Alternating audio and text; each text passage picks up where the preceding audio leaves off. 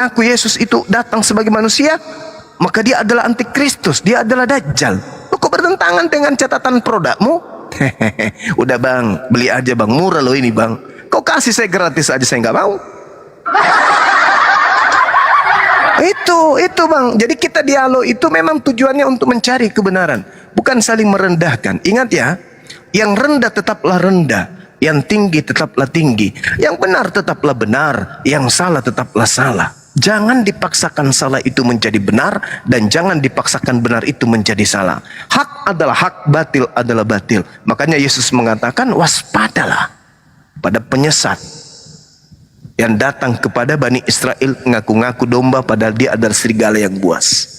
Siapa serigala buas? Kejadian 49 nomor 27.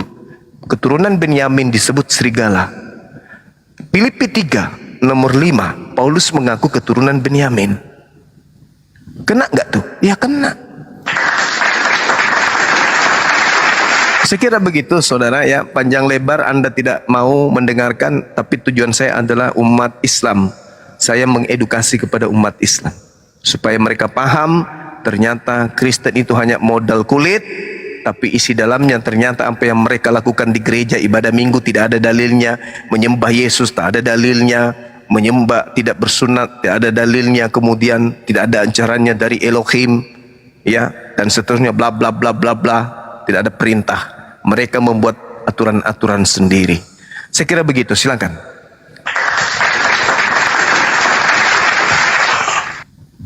Assalamualaikum. Waalaikum. Kayaknya Pak Jordan cukup ya. Sebenarnya aku tadi setuju sih dengan Jordan. Kalau Bang Zum ini banyak rocosnya gini. Sebenarnya kalian tahu nggak? Sebentar loh, Mbak, karena ya ini Muslim apa Kristen? Aku Kristen kak. Oh ya, silakan. Pak maksudnya. Om. Jadi sebenarnya kalian tahu nggak sih siapa itu Paulus? Tahu, dia Dajjal. Cuma lebih dari Iblis yang menjelma menjadi manusia.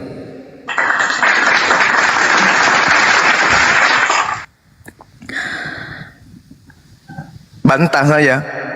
Bantah pakai ini ya. Pakai data. Silakan. Aku nggak tahu, mungkin kalian antara nggak tahu atau mungkin Silakan, nggak usah nilai kita. Ya. Ajarin kita, ajarin. mungkin mempromosikan Islam dengan cara memojokkan Kristen. Ajarin kita. Anda kan bertanya, siapa Paulus? Saya bilang Ya. iblis. Jadi Bantah. Paulus Bantah. itu adalah Rasul siapa? orang Kristen. Kenapa? Rasulnya orang Kristen, Ya. tapi bukan rasulnya Yesus. Rasulnya Yesus. Kenapa? Dari mana Anda tahu bahwa itu rasulnya Yesus sementara Yesus tidak pernah Karena memilih dia? Rasul-rasul yang lain dan murid-murid yang lain itu sudah mengakui Yesus itu Paulus itu adalah rasul. Di mana Thomas mengakui Paulus? Tunjukkan dalilnya. Gini ya, kalau kalian mungkin beberapa dari kalian itu nggak tahu ya siapa itu. Tunjukkan dalilnya Paulus. Thomas mengakui Paulus. Aduh, jangan dipotong-potong dong. Ya, jangan berbohong. Aku nggak berbohong. Kalau tidak berbohong, tunjukkan Thomas mengenal Paulus. Ya, Ya. bukan Thomas saja dong. Filipus Rasul- mengenal Paulus nggak? Filipus mengenal Paulus nggak? Rasul Petrus bahkan Filipus mengenal Paulus nggak? semua rasul. Tunjukkan dalil. Kalau tidak berarti Anda iblis. Itu kan ajaran setan kan? Pakai dalil, Mbak. Paulus Pakai itu dalil, Mbak. iblis kan? Bicara tanpa Menjelaskan dalil, ya. setan. Ayo, mana buktinya? Filipus mengenal Paulus. Di mana dalilnya? Pakai dalil, Mbak. Mana? Mana? Mana? Bahkan Petrus itu pernah disebut iblis oleh Yesus. Pernah nggak Filipus disebut iblis? Enggak. Ayo. Mana bukti? Jadi jangan hanya menilai karena bertentangan dengan dogma. Kalahkan Bang Suma dengan data. Kalau cuma asumsi, apa bedanya dengan Rudy Yohanes? Apa bedanya dengan Edis TV? Penyesat-penyesat kayak begitu dengan Anda, apa bedanya? Ini kan dasar pijakannya jelas. Al-Quran mengatakan orang kafir laknatullah menyembah setan. Kalian menyembah oknum yang katanya bernama Yesus. Islam mengatakan, Al-Quran mengatakan yang Anda sebut Yesus itu setan. Masa sih? Buktikan bahwa suara yang didengar oleh Paulus itu adalah anak Maria. Buktikan mana? Mana buktinya? Sudah berapa orang Kristen yang lumpuh dengan materi ini? Mana? Buktikan ke saya. Yang datang kepada Paulus mengaku, akulah Yesus, itu benar-benar anak Maria. Silakan buka mic Anda, buktikan itu. Nggak usah nyerocos kemana-mana. Jangan mendikte saya. Jangan dikte saya. Ya, jangan dikte saya. Kakekmu belum lahir, saya sudah tamat belajar Bible. Oke, silakan. Aku mau kasih kalian satu fakta dulu. Mungkin beberapa dari kalian mungkin banyak yang nggak tahu ya. Kalau Paulus itu bukan pendiri kekristenan. Siapa bilang? Ya, karena mana dalilnya? Saya kasih dalil kalau Paulus itu adalah tokoh dari Kristen. Pembunuh orang. Ya memang karena pembinasa keji itu. Aja kalian udah nipu. Paulus, Yesus mengatakan Matius 24 nomor 15, pembinasa keji itu berdiri di tempat suci. Ayo. Bahkan Paulus saja mantan pembunuh orang-orang. Ya memang penyesat itu iblis lah. Yesus mengatakan, di dalam Yohanes 8:44, iblislah menjadi bapakmu dan kau melakukan keinginan-keinginan bapakmu itu. Dia adalah pembunuh awal kali sebelum berkarya. Yohanes 8:44. Siapa itu? Hanya bisa histeris. Kenapa menangis? Karena saya tahu Anda menipu. Dalil? Ada dalilnya? Karena Paulus bukan pendiri orang Kristen. Kisah para pewarta 24 nomor 5. Paulus ini adalah penyakit sampar, tokoh dari Nasrani. Hei, tokoh Nasrani Paulus itu. Berarti dia mendirikan Kristen. Murid-muridnya pertama kali disebut Kristen di Antioquia. Ayo,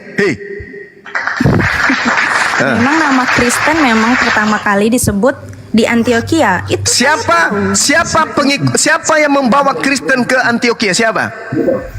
Itu adalah Paulus. Paulus. Ya udah, selesai. Berarti yang mengajarkan kemudian tentang konsep kekristenan itu adalah Paulus. Udah selesai ya. Jadi kalau cuma modal kecemburuan Anda terhadap pemahaman saya tentang Bible, Anda itu mantan pembunuh orang. Sekarang buktikan aja dulu bahwa yang datang kepada Paulus ngaku Yesus itu adalah Yesus. Itu aja dulu. Jadi kami percaya bahwa yang datang kesempatan cuman modal percaya. Iya, saya percaya karena ya sudah. Yang lain pun setuju. Kalau modal percaya doang turun, Mbak. Kita butuh data, Mbak. Kalau modal percaya doang, butuh data kita. Saya lagi buktikan kalau suara yang datang kepada Paulus itu adalah Yesus. Silakan. Ya, sama seperti kalian mempercayai Muhammad. Aduh, nggak pakai data.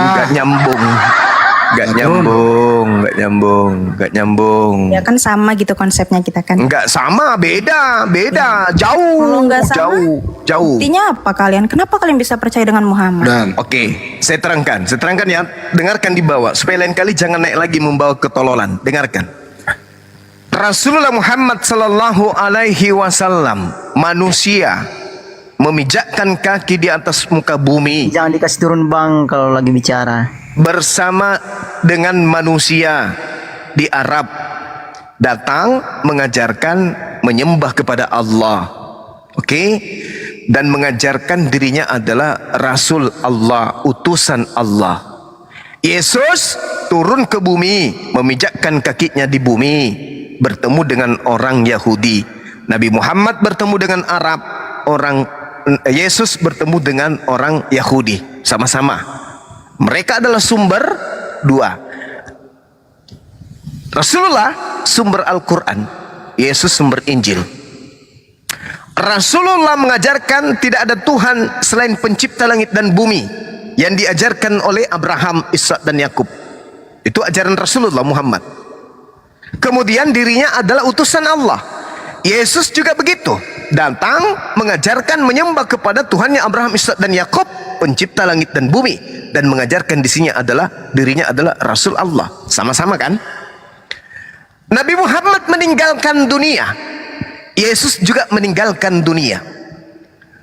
Mereka meninggalkan ajaran Nabi Muhammad, la ilaha illallah huwa rasulullah, dia adalah Rasul Allah.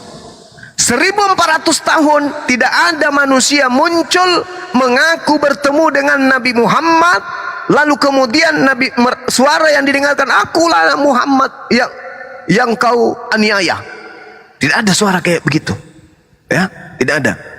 Tidak ada kemudian orang mengaku-ngaku bertemu dengan Nabi Muhammad lalu merombak semua Al-Quran. Itu tak ada. Lalu mengajarkan ajaran baru. Tidak ada. Nabi Muhammad SAW mengajarkan Al-Quran sampai hari ini 1400 tahun. Tidak ada berani mengganggu gugat ajarannya. Murni, terjaga. Nah, Yesus bagaimana?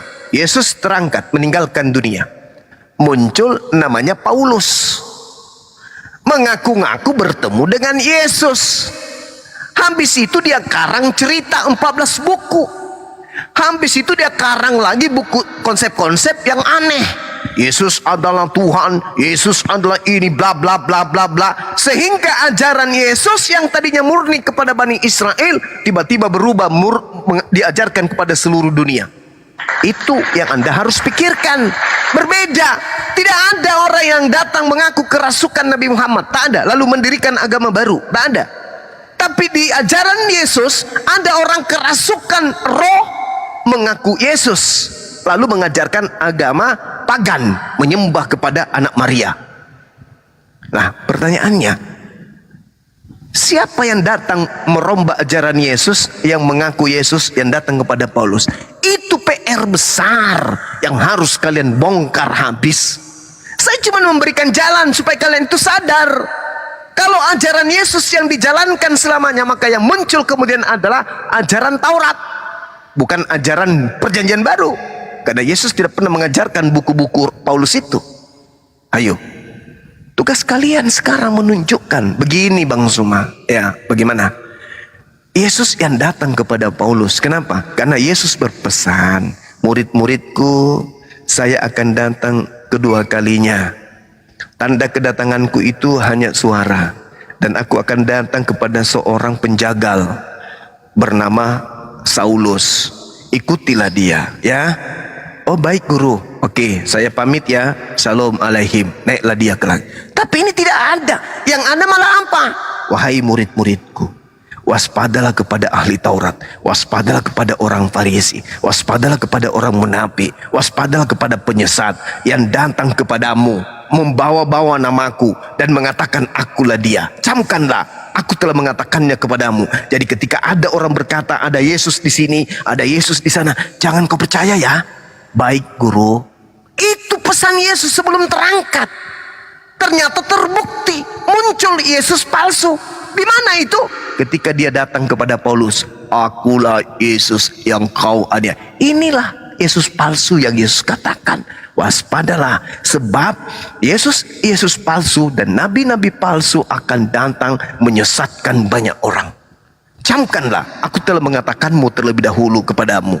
Apabila ada orang mengaku ada Mesias, ada Yesus di sini, ada Yesus di sana, jangan kau percaya, sebab kedatanganku nanti ditandai dengan adanya cahaya yang bersinar dari timur sampai ke barat. Langit dan kuasa-kuasa langit akan guncang. Bulan tidak akan bercahaya, bintang-bintang akan berjatuhan. Itulah tanda kedatanganku. Matius 24 nomor 29. Apakah itu terjadi pada saat ke Paulus? Tidak. Berarti yang datang kepada Paulus ini siapa? Yesus palsu, Mesias palsu. Kami hanya menyadarkan, tapi kalian membenci. Kenapa kalian membenci? Karena darah setan yang ada dalam tubuh Anda itu yang meronta-ronta. Iblis tidak menginginkan pasukannya itu berkurang. Iblis tidak menginginkan prajuritnya berkurang. Penjahat tidak menginginkan mangsanya itu lari lolos dari dirinya. Mereka ingin iblis-iblis ini membawa kalian sampai ke neraka. Kami datang sebagai penolong. Makanya Al-Quran itu datang sebagai obat. Al-Quran itu datang sebagai batu sandungan. Al-Quran itu datang sebagai petunjuk. Anda menolaknya, tolaklah dengan baik. Mari kita diskusi dengan baik. Kan itu poinnya. Jangan berbohong, jangan berdusta kayak tadi.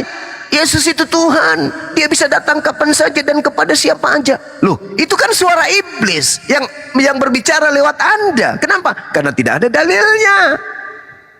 Ketika berbicara mengenai keyakinan, harus berdalil. Gak boleh tidak. Itulah gunanya Bible.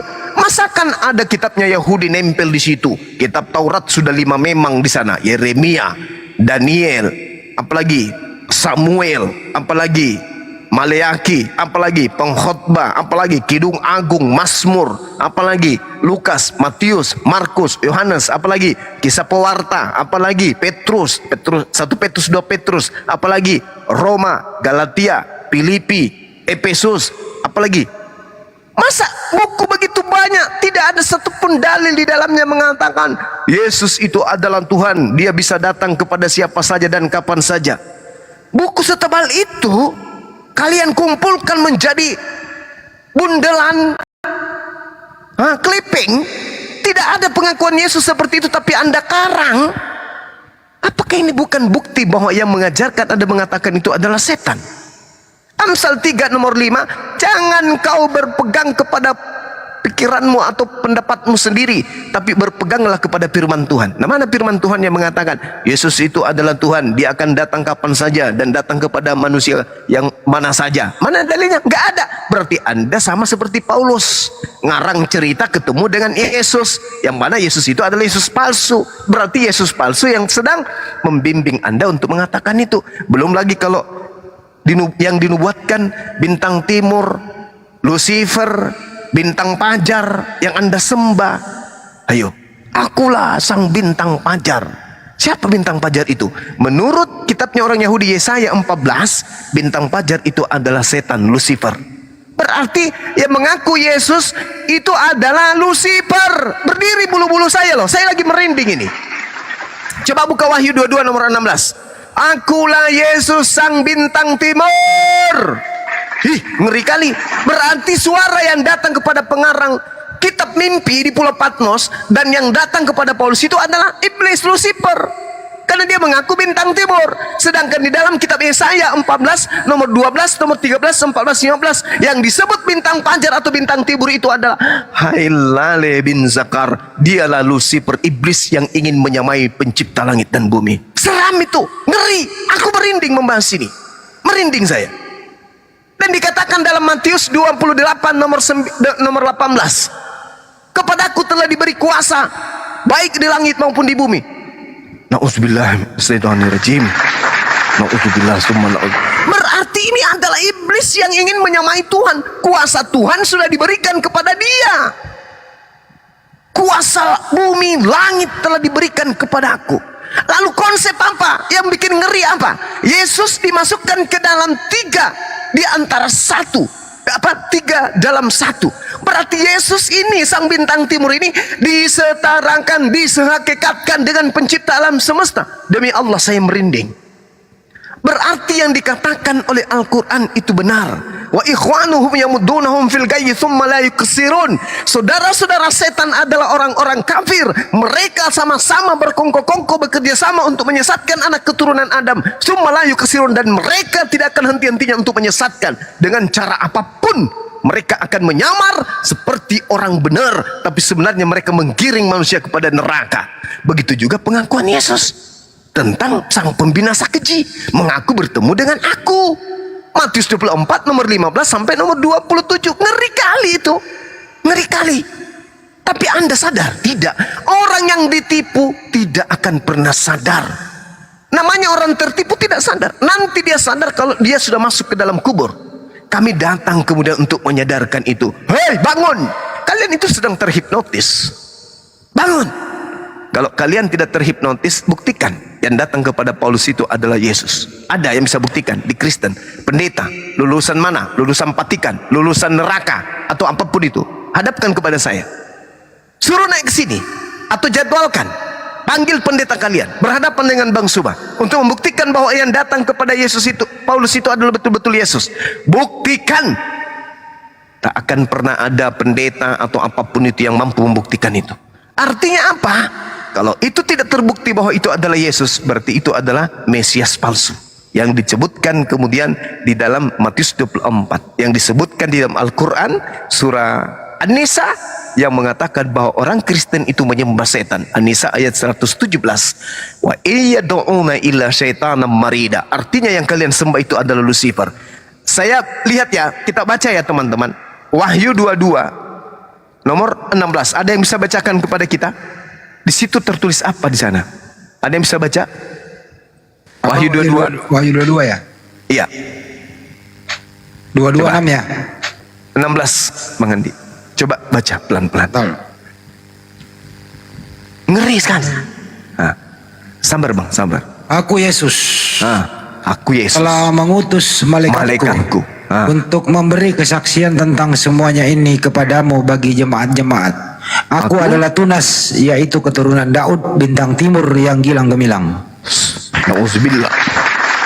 Siapa ini bintang timur ini? Bintang timur ini siapa? Ini kode. Ini Lucifer. Siapa Lucifer itu? Malaikat Hailale bin Zakar yang naik ke awan-awan ingin menyamai Tuhan. Maaf, gue turun. Tidak masuk akal pembicaraan. Tidak kuat dia. Ini siapa ini? Mengaku bintang timur ini siapa? Lucifer. Kalau Anda tidak ingin dicerdaskan, saudara buka Bible, kitabnya orang Yahudi, tanya orang Yahudi, wahai saudara-saudara Yahudi, di dalam kitabmu yang disebut bintang timur itu siapa? Hah? Bintang timur itu adalah iblis yang memberontak. Baca Yesaya 14, nomor 12, nomor 13, nomor 14, nomor 15.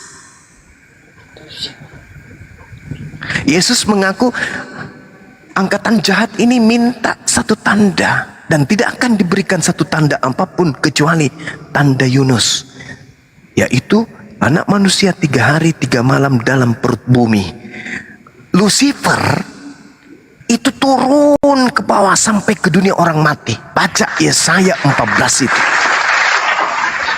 Nah, tanda daripada angkatan jahat diberikan adalah anak manusia turun sampai ke dunia orang mati. Merinding aku Bang. Lalu diplesetin bahwa Yesus turun untuk menginjili orang-orang di alam maut. Na'udzubillah. Itulah Lucifer yang turun ke bumi yang menjadi tanda kepada angkatan jahat dan angkatan yang tidak setia. Terus sih kita apa? La haula wala quwata illa billah. Akulah Yesus. Hei, sejak kapan Yesus mengaku akan datang lagi kepada orang-orang? Bukankah Yesus dalam Yohanes 16 nomor 17, aku akan pergi, sebab kalau aku tidak pergi, roh kebenaran itu tidak akan datang kepadamu. Aku pergi, yang datang setelah aku adalah manusia penghibur, bukan aku lagi. Tapi kok muncul, aku Yesus telah mengutus malaikatku untuk memberi kesaksian tentang semua ini kepadamu. Ingat, iblis itu memiliki pasukan malaikat-malaikat. Mikail berperan dengan naga dan malaikat-malaikatnya. Hati-hati. Iblis memiliki malaikat-malaikat. Aku Yesus telah mengutus malaikatku untuk memberi kesaksian tentang semua ini kepadamu bagi jemaat-jemaat. Jemaat yang mana? Jemaat siapa? Bukankah Yesus tidak diutus untuk orang-orang yang tidak bersunat? Bahkan Galatia 2 nomor 8, Petrus diutus Yesus untuk mendirikan jemaat di atas batu karang kepada orang-orang yang bersunat.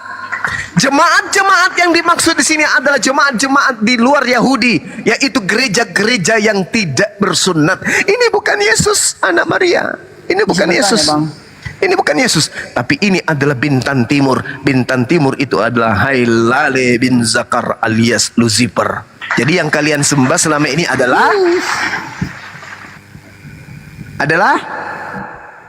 Yesus.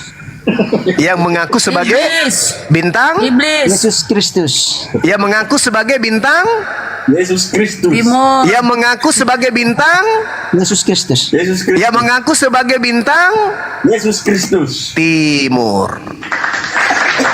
Wahyu 22 nomor 16. Saudaraku, ketika orang Majus datang ke Yerusalem kemudian mencari mana anak bayi, anak sang bintang timur itu, mana? Orang-orang Lucifer, orang-orang Majus datang ingin menyembah anak bintang timur ini. Orang-orang Majus, Kenapa orang Islam harus ke Mekah untuk menyembah orang-orang batu? Majus ini adalah penyembah setan. Datang mencari anak bintang timur. Wahyu 22 Yesus mengaku sebagai bintang timur. Berarti dia adalah Lucifer laknatullah. Baca Yesaya 14:12 sampai nomor 15. Oke? Naikkan Kristen yang masih mau diterapi otaknya, yang masih mau diajak diskusi baik-baik. Demikian sementara. Kalau Yesaya 14:12 sampai 15 itu berakhir kalau nggak salah yang paling dalam di liang kubur. Ya, itu dia. Diturunkan gitu ya. Itu dia, tanda angkatan jahat, ada anak manusia yang turun ke alam maut melakukan penginjilan. Orang mati diinjili. Tapi itu hanya ajaran dari kitabnya orang Yahudi. Itu tidak ada di kitabnya orang lain. Bisa bertanya, Bang? Taruh dulu. Ada yang mau nanya? Halo? Ya, kamu agamanya apa, bro? Dari tadi ngomong Kristen. Saya agamanya Kristen, Bang. Oh ya, nggak mau menanggapi topik tadi? Iya, sama menanggapi saja, Bang. Ya, silakan ditanggapi. Kenapa Bang Suma begitu yakin kalau Paulus itu adalah Yesus? Hah? Apakah Bang Suma yakin Paulus adalah Yesus? Hah? Tidak ada orang mengatakan itu. Tidak ada saya katakan bahwa Yesus itu Paulus.